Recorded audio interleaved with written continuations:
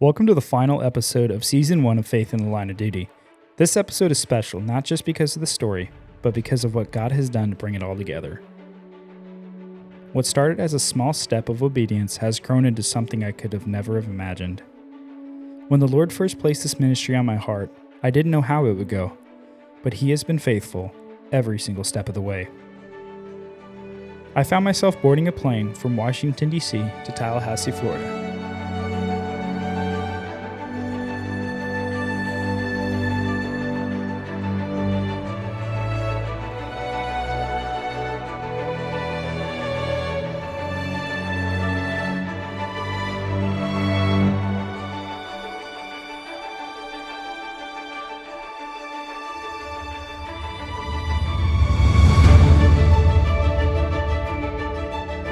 Throughout this season, I've had the honor of sharing the powerful testimonies of first responders and military men and women who have found their strength, peace, and identity in Jesus Christ, even in the face of danger, trauma, and loss.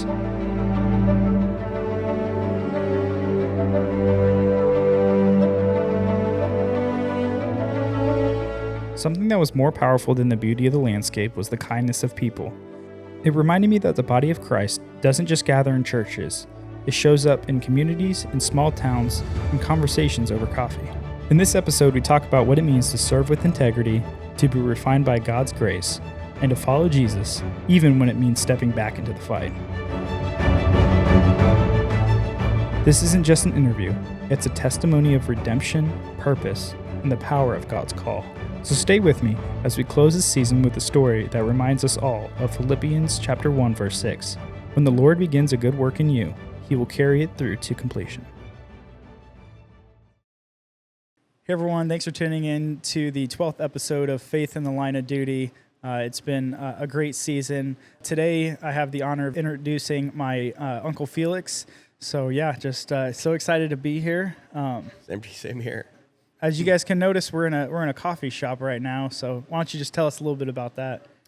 Well, this was a dream of my wife's, and we kind of use a little bit of my background and our love for God.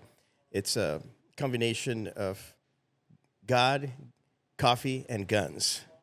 So, and we name it 50 cal coffee and desserts, kind of as a joke, Yeah. For my shooting my 50 cal. So it was just kind of just developed from there.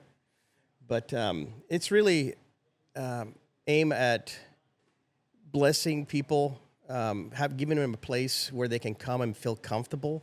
They can come here and praise, just have a peaceful place, and also use from my background as military, Marines, and then deputy sheriff for 20 years. Also I did EMS and some volunteer firefighter. I have a real deep connection with the military veterans, myself obviously, and all the first responders out there who just get pounded every day, and they don't seem to get the love. So this place is that safe place. I don't want to use that word safe place, but a place where they're welcome, and they feel this is where they belong here, and that's what this is about. Awesome. Yeah, and first time coming in here, it's just all the stuff, all the guns on the walls, just how everything is faith-based. You got prayer cards over there and Bibles on the tables. It's really cool to see a business that is putting God first, and is also honoring the first responders and military. So that's why I thought it was just a perfect place to do it and hold the podcast. So, yeah, thank you for what you've done with the business and how you've, just allowed God to bless people through it. It's truly been amazing to be able to see it this last couple days. Well, God has, I didn't know it at first, but God has loved on me and blessed me my entire life, and we're here because of that. This place is because of His blessings. So we want to make sure that people have a benefit of that blessing. We're just passing it on. We're just the conduits. So Such a great attitude. So yeah, let's just take a little dive into your story a little bit. Just start with your childhood. What was that like? So, uh, my throughout my childhood, I've pretty moved a lot throughout life. And we're not talking like little moves. We moved countries. I was Wow. born in El Salvador in 1968, so I'm quite old. But so I lived there until I was about 7 years old. Just as I was starting first grade, my parents moved to Nicaragua for a job. So basically, every move we did, it was almost because my dad got a different job. It kind of improved his career, and lived there in Nicaragua. Um, Throughout that time in Nicaragua, that's when the Sandinistas and Somoza, the government, was having the civil war, and so I lived through that. We left in 1979 when the Sandinistas overthrew the government. There was basically all the economy crashed, How old were you? let's see, 1979, about 11. So Wow. it's about in 68. So So yes, you 11 could years old. comprehend what was going Oh yeah, on. I saw the piles of bodies. Wow. One side of the guard would be on one side of the block, the Sandinistas would be on the other side, and everybody in between. I mean, the houses were like shredded. Wow. It was. Luckily, we lived on the outskirts, so we weren't ourselves were not in the middle of the battles. Like I said, God has always taken care of me and my family. I don't know. Do you think that's why you have the outlook that you do? Is you see how other parts of the world lived and continue to Yes, live? I we take this country for granted. It's not perfect. No place is. But when you look at what other people don't have or the way they have to live, and you look at the things we get to do here, we can disagree with our government and be boisterous. We protest, and everything's fine. You don't disappear. You don't go into some secret cell, and um, you know, it is not perfect, but it is the best place that I've seen. From traveling all over the world, with as a child in my family, and then in the military, it's there. There is no comparison. Um, so, And so what happened after that? in '79, obviously, the economy collapsed. So my dad lost that job. He used to work for BMW. Oh, okay. He was in the automotive industry, and so we went back to El Salvador for a couple of months while he was traveling looking for another job. We ended up moving to Panama, to the Panama Canal zone, to the free zone on the Atlantic side, the city of Colon. And he got a job with a Russian company that, I don't know if you see in the old movies, the cars that look like Fiats, and Yeah. those older looking cars. So the Fiat looking ones are Ladas, LADAs. And then the other ones are Volgas. And so they would export those to South America from the Panama Canal. So he worked for them throughout that. And I lived we lived in Panama from '79 to '83. Oh, okay. My parents got divorced, and my mom took us into San Francisco. That's until that point, I only knew how to speak Spanish. So at 13, I moved to San Francisco knowing not a word of English. And the one thing I have to say is the school district in San Francisco, I believe I still have it, is a high school called Newcomer High. And all they do is bring people that don't know English, and they do a full immersion for that first year of they're there, whatever grade they're in. And luckily, I was in ninth, so I started high school. And the whole goal is to get you proficient so you can move into a regular high school. So I did that, and my 10th grade, I while I was at Newcomer High, there was they were opening a new academic high school in San Francisco. So I put in an application, you know, and as I was ready to transition, they told me, "Hey, you've been accepted." So I went to that, and so I went to Philip Burton Academic High School from 10th to 12th grade. Our class was 37 people. That's the graduating class. Today they graduate over 500. Wow. So we were the first graduating class Thanks. of that high school. How long did it take you to become fluent in that language? For me, it took about 6 months to get the transition in my head. That you go from hearing the question, going into your head, translating it, and then making the response. So there's that little lag time that you normally get, but it takes about full immersion. It takes about 6 months, and then your brain switches. You're no longer thinking in your language; you're thinking in the new language. So when I speak Spanish, I think in Spanish. When I talk to you in English, I don't go back and forth. I just think in English, and that's the way you want to do it. But it requires commitment. We had people in the high school that you can do as little or as much as you want. I mean, because you have your groups of people, you go during lunch and talk to them in your language. Well, guess what? You're not transitioning. So there are people that spend the entire year there and never learn anything, because for whatever reason my TV was in English, all my movies were in English. The only time I spoke Spanish was to my mom. Yeah. So Man, so cool. That's a really cool school. I'm glad they are still doing that. yeah. I hope they are. I haven't double checked, but I do believe they still have it. Oh, awesome. Yeah. So did you join the Marine Corps right out of high school? Yes. During that time, I wasn't didn't know quite what I was going to do.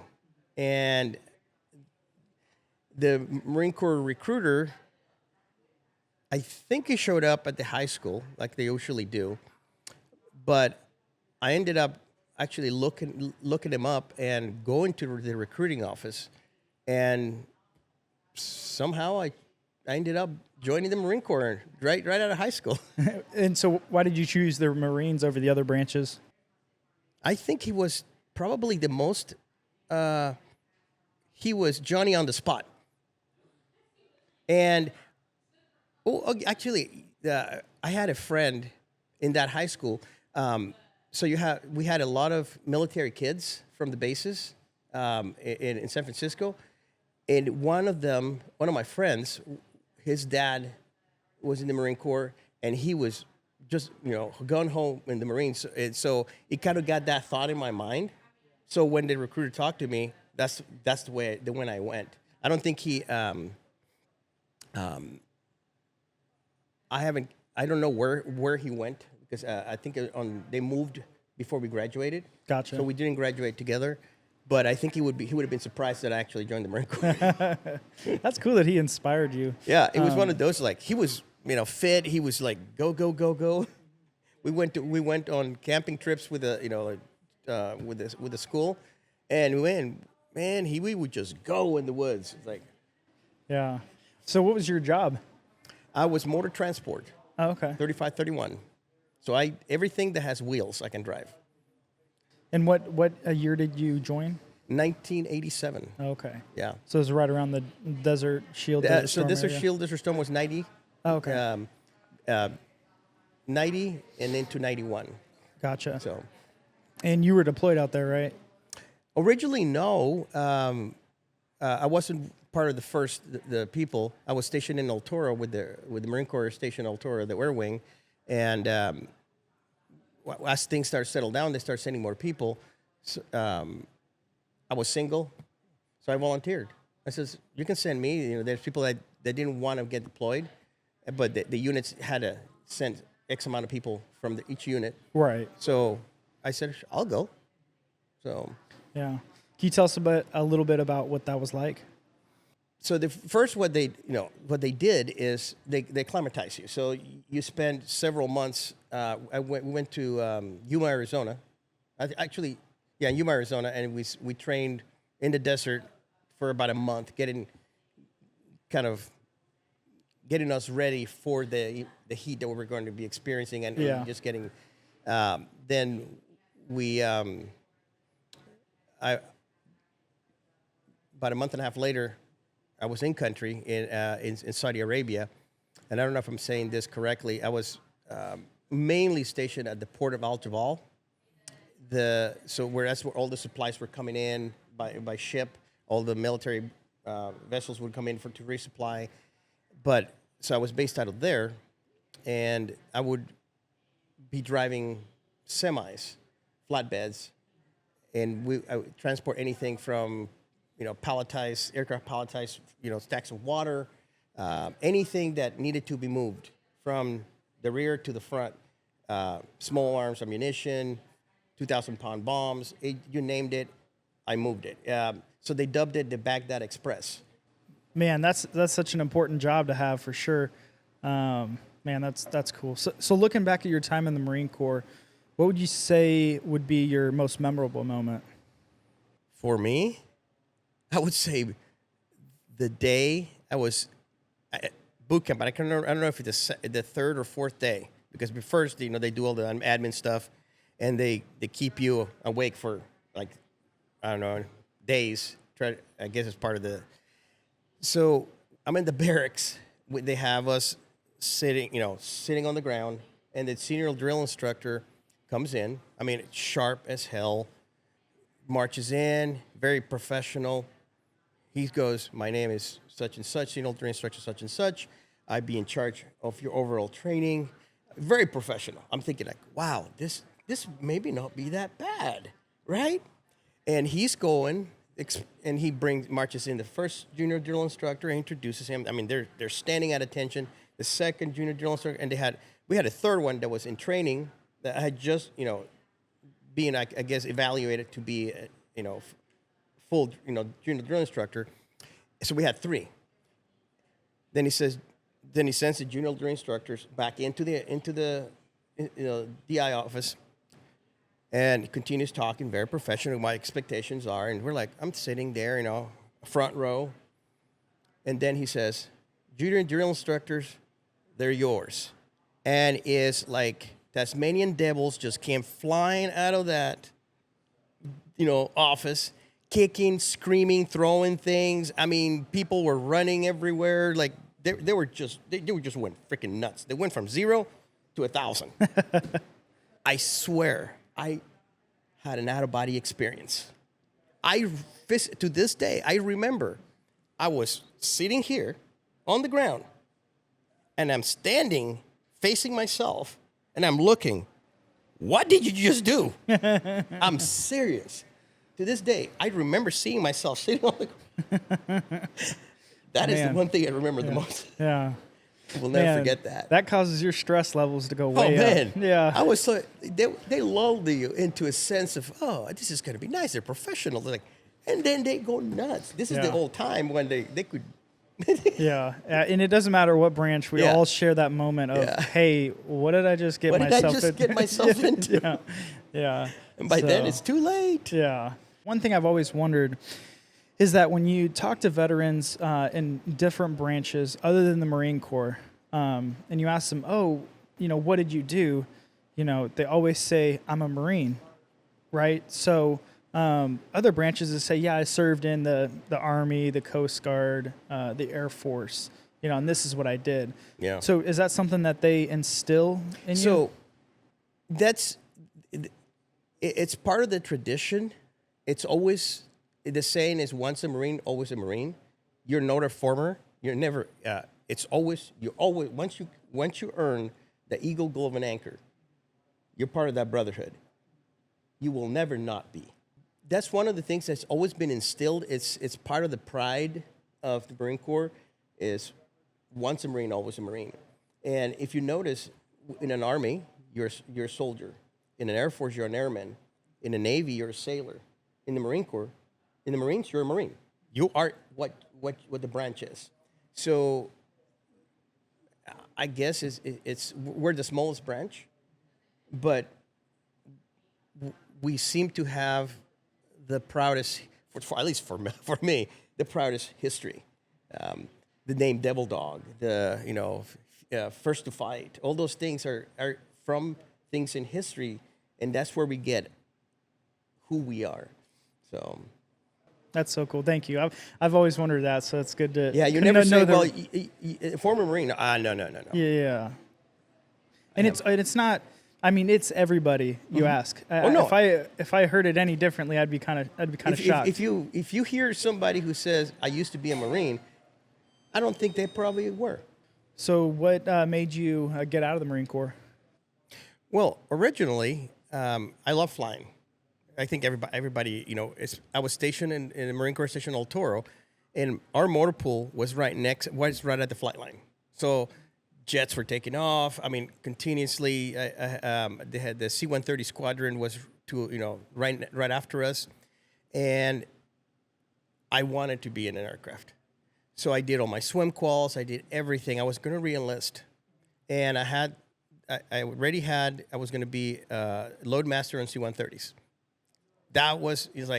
And then the training officer is like, okay, you're all good to go, but I have some bad news.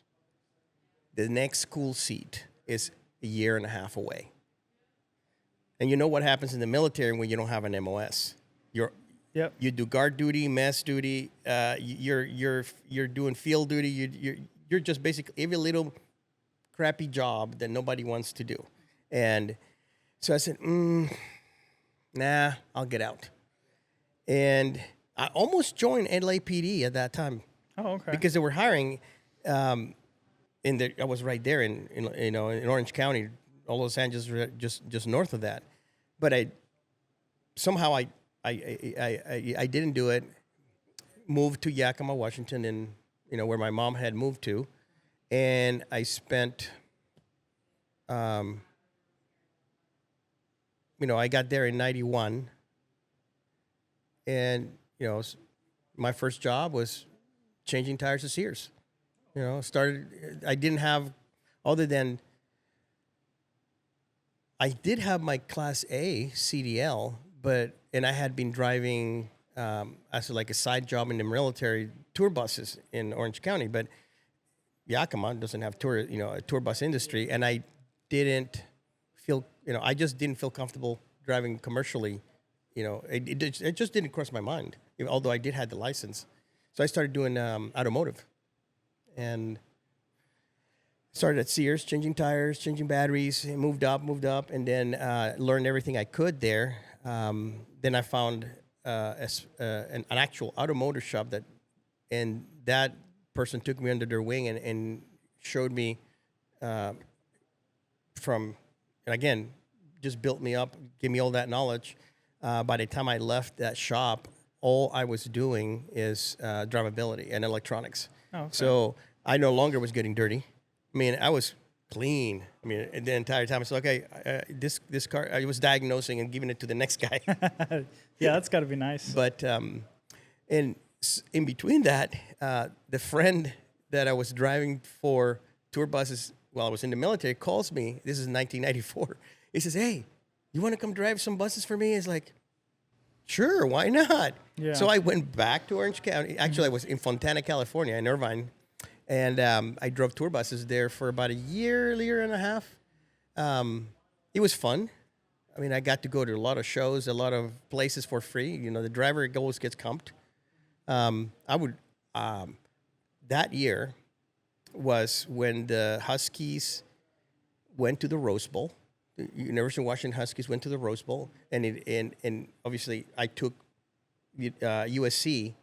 I was driving USC, people, a fraternity, to this Rose Bowl, so I got to be at the Rose Bowl. And January is when the Super Bowl was at the Rose Bowl. I got to go to the Super Bowl. Wow. I have the pin. Wow. Yeah, it's like that is neat. It was like it doesn't happen, but the industry is such, it's feast or famine. You're either working in your butt off or you're not eating. So it's like, nah, this is not for me. So I went back. And at what point did you get into law enforcement? What was So I come back in '94, get back into the automotive industry. Then realize, okay, I want to do more. So I started doing computer aided drafting for a company in Yakima called Irwin Research and Development. They make the machines that make the plastic products like cups. These lids are made by machines that I designed.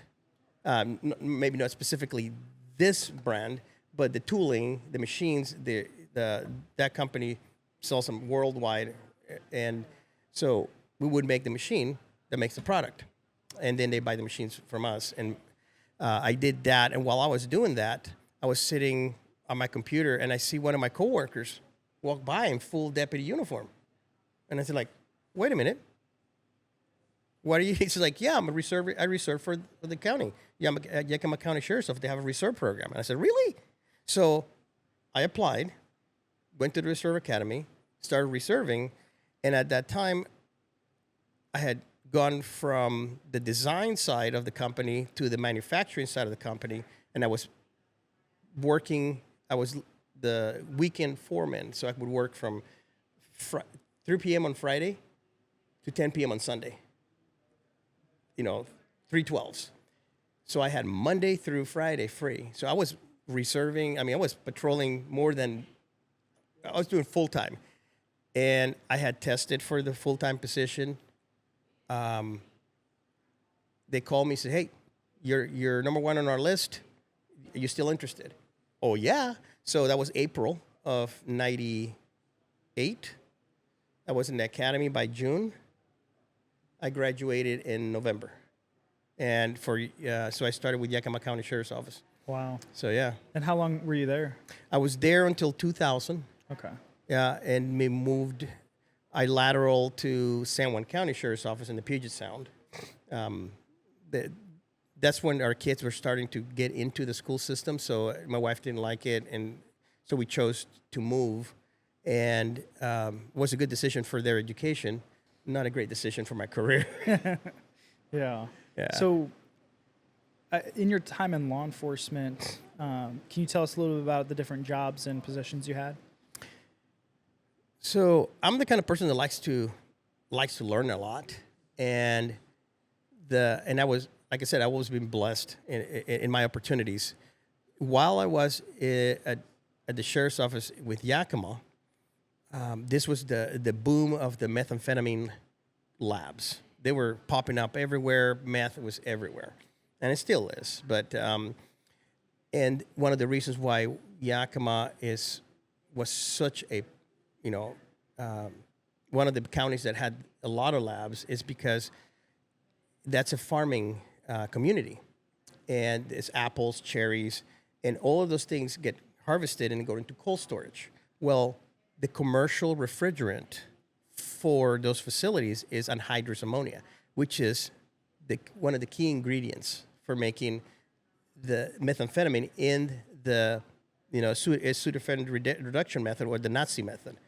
There are other methods, but in this method that they use on the street, that's the chemical they need, and it's readily available. Wow. So, and everybody knew that the orange pipes on those facilities was anhydrous ammonia, and they can't lock them because for safety they have to be able to be shut down in emergencies. So it was just prevalent. During that time, who all did you work with? Was it just your county, or was it anyone else? So first I started patrol, obviously. Then this position opened up. I applied. I was able to get it, so I went into detectives. I was 2 years on the job, and went to work with Law Enforcement Against Drugs, LEAD task force, the Narcotics Task Force, which was a multi-jurisdictional. We had officers from different cities in the county. Obviously, the sheriff's office had several officers in there, including myself. The state patrol had several troopers there, and they also managed one of their sergeants managed the unit. We had federal. We had at the time FBI and DEA. I don't remember if we had ATF, but I know we had the first two, and so that gave us jurisdiction to go anywhere the investigation took us. So if we had to go follow that guy to California and back or anywhere, we had jurisdiction, and so we could follow them anywhere. Yeah. And so for our listeners, can you tell us a little bit about, with it being a federal case, how that kind of changes the prosecution side of things? Yeah, the benefit of having a federal prosecutor pick up any of our cases was that the minimum sentencing is way higher. While I was there, the task force was already investigating. They had been working on a group of people, a meth lab manufacturing, and so but I was there when the culmination.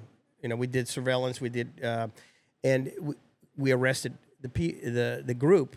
I believe it was around 25 people altogether. And so the guy in charge, the meth cook, his minimum sentence was life, federally. It was under manufacturing and conspiracy to manufacture. So under conspiracy, everybody else would get a minimum, if I understand, it was a minimum 15. So by going that direction, there's a big stick. You go state, they might have been out in a couple of months. Man, talk about deterrence. Yes. Yeah. Yeah. Wow. So I know with getting to know you a little bit, you're really big on training. During your time in law enforcement, what has been your most fun training that you've been able to go through? Well, as far as fun, so after 9/11, good, bad, or indifferent, the federal government opened up a lot of the training to local agencies, state, county, cities, through the Center for Domestic Preparedness, the CDP. Most of it is based in Anniston, Alabama. And there's a massive training center there. You do chemical biological, you do mass casualty. They have a full hospital mock, where so you can come into mass incident trainings. You do your part here, you're there, and then you come together into a massive training scenarios where everybody's doing their thing. It could be a train derailment with massive casualties. You can do a decon. You could be biological. They have it's Anniston, Alabama, is one of the two. Fort McClellan is one of the two places in the United States where they have live agents, VX, anthrax. So you get to suit up and go live with those chemicals and agents. So you learn how to work in that environment and have the confidence that if you're in real life, you have to go. Your equipment works. You've done it. You can, if you do it properly, your chances of success are pretty good. But through all that, I've been to Socorro, New Mexico, to the mining school, and for the suicide bomber their post-blast investigation. So you blow up a lot of things. Yeah. The biggest one we blew was we put 200 pounds of ammonium nitrate fuel oil in the trunk of a car. Talk about a boom. Yeah. And so that'll rattle your chest. Oh, well, you're far away when you blow it, but that's a massive blast. But the point is people think that once you blow things up, they're gone. No, everything is there. It's just tiny. So you have to know how to approach the scene, what you're seeing at, collect everything. And prime example, how do you think that the Oklahoma bombing, that's a prime example of evidence collection. Yeah. They were able to find the VIN, a secret part of the VIN on that. Yeah. It was there. Man, an important job. Suicide vests, how they explode and what kind of damage it can do. How do you respond to a suicide bomber? All those things, the realities of it. I think for me, for the most fun, it was blowing things up. Yeah. Wow. Man, that's super cool. Thanks for sharing that. That's very neat. And definitely the first person I've ever heard doing that. It's there. Yeah. So. Yeah. So let's talk about your faith journey a little bit. So, yeah, tell us a little bit about how you came to know Jesus. My daughter. Short part of the story is my daughter. Um, I was raised Catholic. Obviously, Latin America is heavy Catholic. All the private schools are Catholic. Jesuit or actually all the private schools that I went to were Jesuit. La Salle is the one I remember the most. But in Latin America, if you want to have a good education, you can't go to a public school. You have to go to private school, and they're all managed by Catholics or they're religious based. So I was raised Catholic. Nuns were my teachers. So it is true. Yeah. They used to have a meter, and they were reaching, pow, I had a couple, but We need to bring a little of that back, in my opinion. I was never really, a believer. I was just raised around it. As an adult, I never actually thought about it until my joke used to be that, I don't go into the church because I might burst into flames. That used to be my saying. And so I never actually, I felt uncomfortable. I just didn't believe. I felt it was hypocritical that people do all these bad things outside and they go to church and on Sunday and they pretend to be mightier than thou. So I just couldn't identify with that. So I did my own thing. I'm of the belief that for me to have a connection with God, I don't need a building. And I was very, very, that's how I was. Like, I don't need to be in a brick and mortar building or anywhere for me to reach God. This is my connection between me and Him. And but again, it was not a real connection. It's just, that was my belief. So I was working as a deputy sheriff in San Juan County at the time. My daughter was a teenager, and teenagers have their struggles. And one of her friends brought her to Calvary San Juan. That was her friend's church. So he brought her there. My daughter started going, and one weekend she went to a retreat with them, came back, baptized. I was actually angry because, like, that's a big decision. You need to talk to us. But she said no. I was like, and I could see her demeanor. I could see that it was a positive change. It had been happening as he was going. So I said, okay. And one day she said, Dad, I want you to come with me. And I was like, I said, okay, all right. I'd do anything for my little girl, as she can testify. So I went, and it was kind of a wake up call, because my idea of church was Catholic church. All that structure. It's all about you are a sinner. You're a sinner. You're a sinner. You repent. And, you're damned. And the message in here was no. It's Jesus died for you. It's yours. And it was more about praising God and just the love that was in that church, and how you were welcomed. It didn't matter who you were. I mean, I was in full uniform, and this was a time, this is Washington, was very liberal, very anti-government. They don't like law enforcement, and that was one place where I was welcome. And it's like, wow. So I started going. My daughter moved off island for school. So at the time, it was basically just me at the house. And I kept going.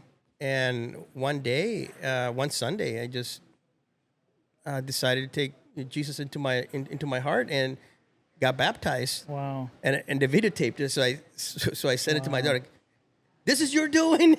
Wow. Praise God. Yeah. That is so cool. So that was the beginning. And I think really the difference, in Romans 3:23 says, for all have sinned and will fall short of the glory of God. And it's not, fallen, with it saying fall, we're still going to continue to sin, but He's right there to meet us where we are. Yeah. So yeah, and I think that's, probably the biggest difference. So what would you say changed in your life after you made that decision? Well, my personality is one of those where I feel like I should be able to do everything myself, and it was breaking me. Um, I couldn't, I was separated. My ex-wife and I are the best friends. We raised amazing kids, but our marriage, little by little, because of things on the job, the small community pressures, all sort of things. And and how I was handling the stress of the job, we kind of fell apart. And it was me just not communicating, not being able to express myself. And then she also took a job off island, so she was living off island. So I was by myself, and little by little, I was just not being able, not handling things well, and doing that, it just made me realize that I'm not alone. I I can't do it by myself, and not only with the support of the church, but also I have, my Holy Father that is looking after me. And all this time, I'm thinking, I'm taking care of myself. I'm doing this, complaining why I'm not going this direction. And he was just guiding me on a path. But it took me a while to realize it, and it started there. But it had to take several years more for it to come to fruition. Wow. So That's powerful. Yeah. yeah. So, what would be some advice you would give for a healthy marriage? And the reason I ask that is because, after these last couple of years with you and Aunt Tammy being married, I can tell you to just have a genuine love for each other. The way you see each other, the way you guys have excitement, and it's not just that honeymoon, feeling. So, can you just give us like a little roadmap of kind of what a healthy marriage looks like when you're both going after Christ together? I think that's the key right there. We have a common path. And with us, with Tammy and I, we came in together at the right time. I think we always talk to each other and say, why, I wish I had met you sooner. But the reality is that we weren't together sooner because we weren't ready for each other yet. We had to learn our lessons, especially me. When in my prior marriage, I loved my wife. I would, even to this day, I would do anything for her. We stay in contact. But I wasn't able to express it the way she needed me to. My way I express love, I do things for you. I do deeds of love. She wanted affirmation. She wanted to be told. She wanted to, and I just couldn't. It was like there was a chokehold on my voice. I felt it. I couldn't express it. I just wasn't mature enough. I just didn't have the tools to be able to feed what she needed in that relationship. And when you don't communicate, there's a lot of misunderstanding. And we also have to understand we are creatures of our past. We bring luggage. And whether we recognize it or not, it affects and it colors how we see things. If somebody has had domestic violence in their past and they're traumatized, I might not be violent. They might not be in fear of me attacking them, but if I raise my voice, their body goes into, fight or flight, syndrome, and adrenaline goes up and they put up defenses and react a certain ways. And I might take it as like offensive, why are you doing this? So there's miscommunication because we don't understand each other's backgrounds. And that's a lot of that happens in every marriage. We think that everything's going to be fine because we love each other. Oh, everything's, rainbows and unicorns. It's not. That's that first stage. If you don't work on it and communicate, it goes away. And then you settle into this where it's more of a job. And that's why I think where we stumble a lot is there is no manual on how. And life throws things at you every single moment. Your job, the finances, kids, big stressor. And everybody wants kids, but they take time. And if your relationship wasn't strong enough when you started as a husband and wife, you go into mom and dad mode, the husband-wife part falls apart. You're still there because you're driven to take care of your young ones or your children, but when they go, you have nothing in common. So the key is, I wish there was a simple recipe, but it's about really listening to your partner and give. We always think like, well, what do we get in return? No, just give. If both partners just care about giving to each other, no matter, without thinking, what I get back, that's where the blessing comes in. Yeah, you're supposed to serve, each other. The more you serve each other. You serve each other, and it is amazing because I keep telling, my wife, Tammy, is like, I'm not a kid. I can do this. But she just wants to bless me with everything. She cooks me breakfast. She cooks, I am so spoiled. It's not even funny.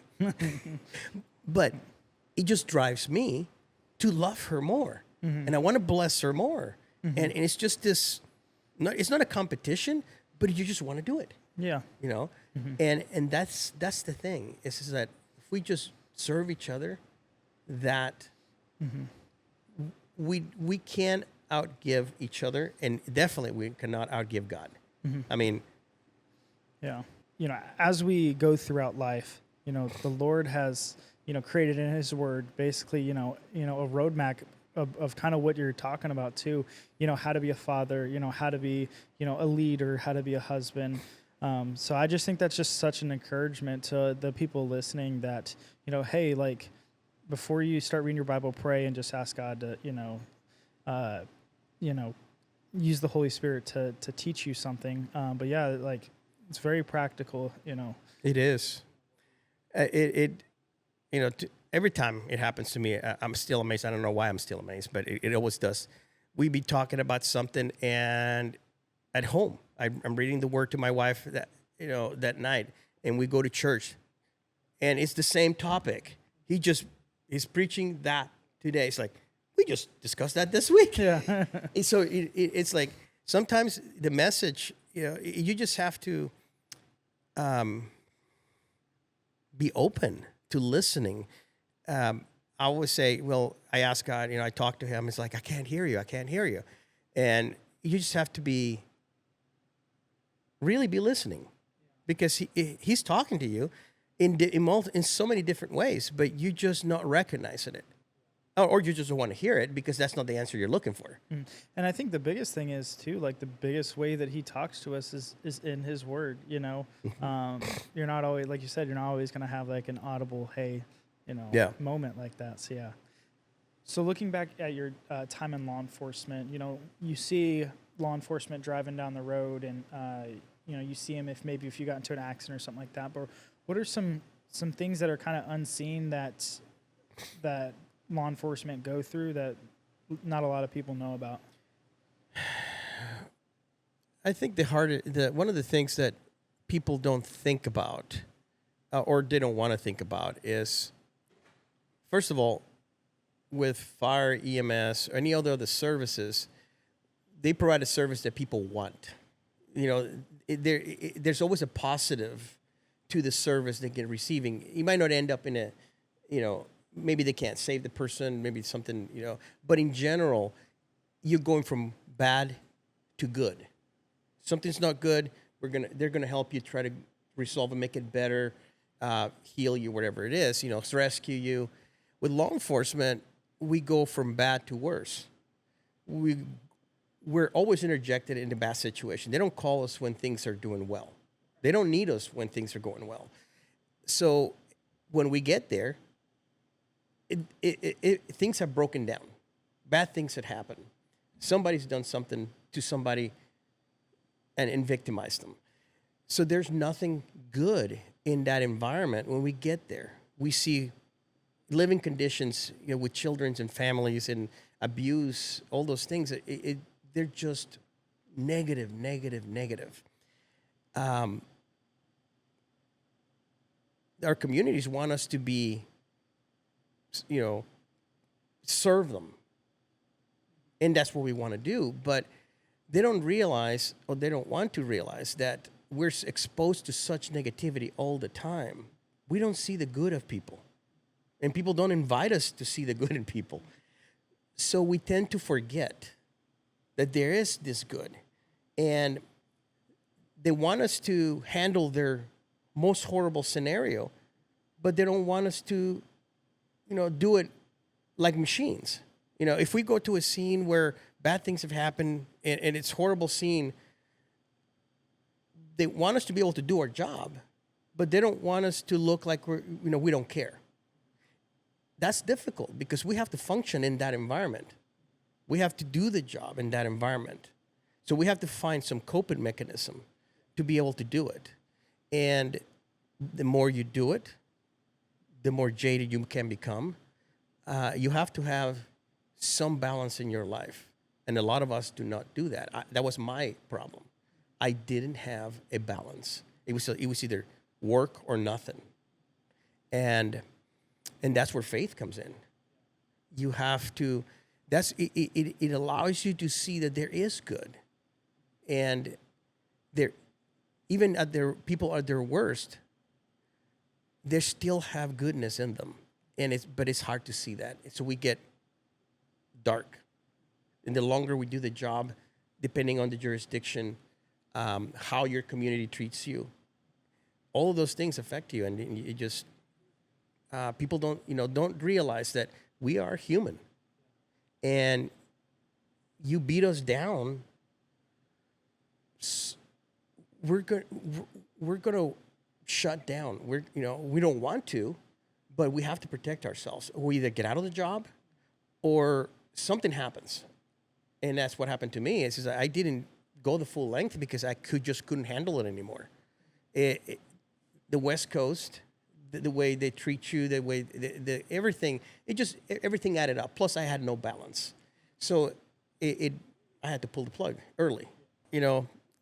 That me finding that faith is really what's changed my life, and has allowed me to actually be the person that I am today and be able to love the way I do, because I couldn't do that before.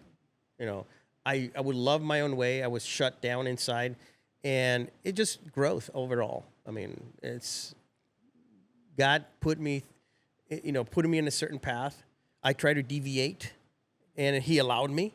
I got slapped and decided, and He came back in the path. It's just, God will let you do things. He might tell you, no, that's not a good idea, but okay, you want to do it, go ahead and see what happens. Yeah. But He's always watching. Yeah. Man, that's so good. So let's talk about the coffee shop just a little bit more. So tell us about the hurricane that came through and kind of the story of how you guys were able to recover after the hurricane. So we opened in May of last year, May 17th. And on August 8th, I believe, our beautiful Hurricane Debbie, Debbie does not like this town because last Debbie also destroyed it. We had 4 feet of water in this shop. So everything was gone. And again, we were blessed. We had flood insurance, everything worked out. We were able to replace everything. We adapted, realized that, there's certain building materials we shouldn't use if we get any kind of water in here. So we changed things up. We did add the gun store. That was the we thought about it before, kind of didn't want to do it, but when we rebuilt, we decided to put the gun store right in the middle, which is kind of that closed that loop, the full theme, and but yeah, but that also showed us again and reinforced that belief that there is so much good in people. The amount of support that we had, the amount of volunteers that went, we actually had to turn people away because we didn't have things for them to do. They were bumping into each other. But we had youth church group came in here and helped, clean up, and then they wrote scriptures and all the studs on inside the wall. So there's scriptures written all over inside these walls. Wow. And like I said, it is just, God has a way to use whatever happens for His plan, and it developed into this, and it just keeps flourishing. Yeah, so you even had the governor come out during that time, right? Yeah, I was surprised because my wife had pulled a joke on me that Trump had been in the building, before the flood. This was during the elections time, and she shows me, she said, "Oh yeah, Trump is here, you so excited." And she shows me a video of a guy, in a Trump mask, and it's like, fine, you pulled my leg, right? Yeah. So fast forward, we're doing cleanup, and she says, "I just got a text from the governor's office. They want to talk to us. They want to see if they can come into the shop, and he's doing a walkthrough of the damage." And I said, "I don't believe you, because you pulled my leg like stuff." Yeah. So she shows me the text. It was their press secretary trying to make arrangements, and make sure that we were going to be available. And he did, talk to the county, and then he did a couple of walks. But then he came in here and spent most of the time in here, and did talk to the press here. Did his press, whatever you want to call it. So we had all the media in here. He talked to us and asked us about the shop and what our plans were, coming back and stuff. So yeah, we had Governor DeSantis in here. I was like, oh. I kind of hope that at some point he has time to come back and see, he saw the disaster. He gets to see what God has done with this place and put it back, for the community. So Yeah, I'll keep sending him invitations. Right. Yeah, that's neat. Yeah. Yeah, so as we wrap up, I always ask the question, why should someone follow Jesus? So someone that's out there that's kind of teetering that line a little bit. So what would you say to them? Well, I'm going to use myself as an example. Life without Jesus can be done. I mean, people are trying to do it all day, in and out. But why would you want to live such a hard life? I mean, truly, he's telling you, I love you. Come to me. Listen to me. I have plans for you. I'll take care of you. Why, if you have such a loving parent, why would you try to be so rebellious and try to do it your way, knowing that every time you do it, you get slapped in the face, because it's just not working. And he gives you so many different ways to come to him. We have the word, he's always trying to reach to us and guide us, and show us what his plan is. I tried, and yeah, I succeeded in my worldly way, but it wasn't peaceful. It wasn't enjoyable. There was no joy. And reaching out to him and truly letting him come into your heart and guide you, that to me has been the change, because I realized that if I follow what he's telling me, no matter what it is, as difficult or easy, there's the outcome is so much better. I mean, my life my personal life, my joy, my peace. This I didn't have. He gave me a wife that is a blessing and loves me to no end. And I love her the same, I want to bless her and just give her all the love and everything that I just want to give. And that's what Jesus does to us. He wants to give us that love. We just have to accept it. And why would we fight it? But we do. So just listen to that. And I mean, look at his message. It's love. It's forgiveness. Yes, we're not perfect. We're always going to be doing something wrong. But that's unconditional love. The closest thing that I could show as an example is my love for my kids. Yeah, they can do all sorts of goofy things, but that's not going to stop me from loving them. You might be upset. I might do some corrective actions, but at the end of the day, I will always love them. And if I just use that as a smallest example, imagine how Jesus loves us. And that's, Yeah. Wow. Yeah. That's so good. Yeah. Yeah. Thank you for sharing that. And like I said, just thank you so much, not only for just being willing to come on the podcast, but just the way you've been, blessing people, in your community, and, the way you just, been a leader. And, I'm just very proud that, you're my uncle. And, I just had a blast. I can't thank you enough. I am honored. Yeah. Believe me. People talk about, you did this, you done that, you're so excited. It's like, I don't feel that way. Yeah. I'm so excited. But like I said, appreciate you coming on. Well, thank you for having me. Yeah. I'm glad. Yeah. I mean, this is my first. Yeah. Yeah. Thank you. Thanks again for listening to another episode of Faith in the Line of Duty.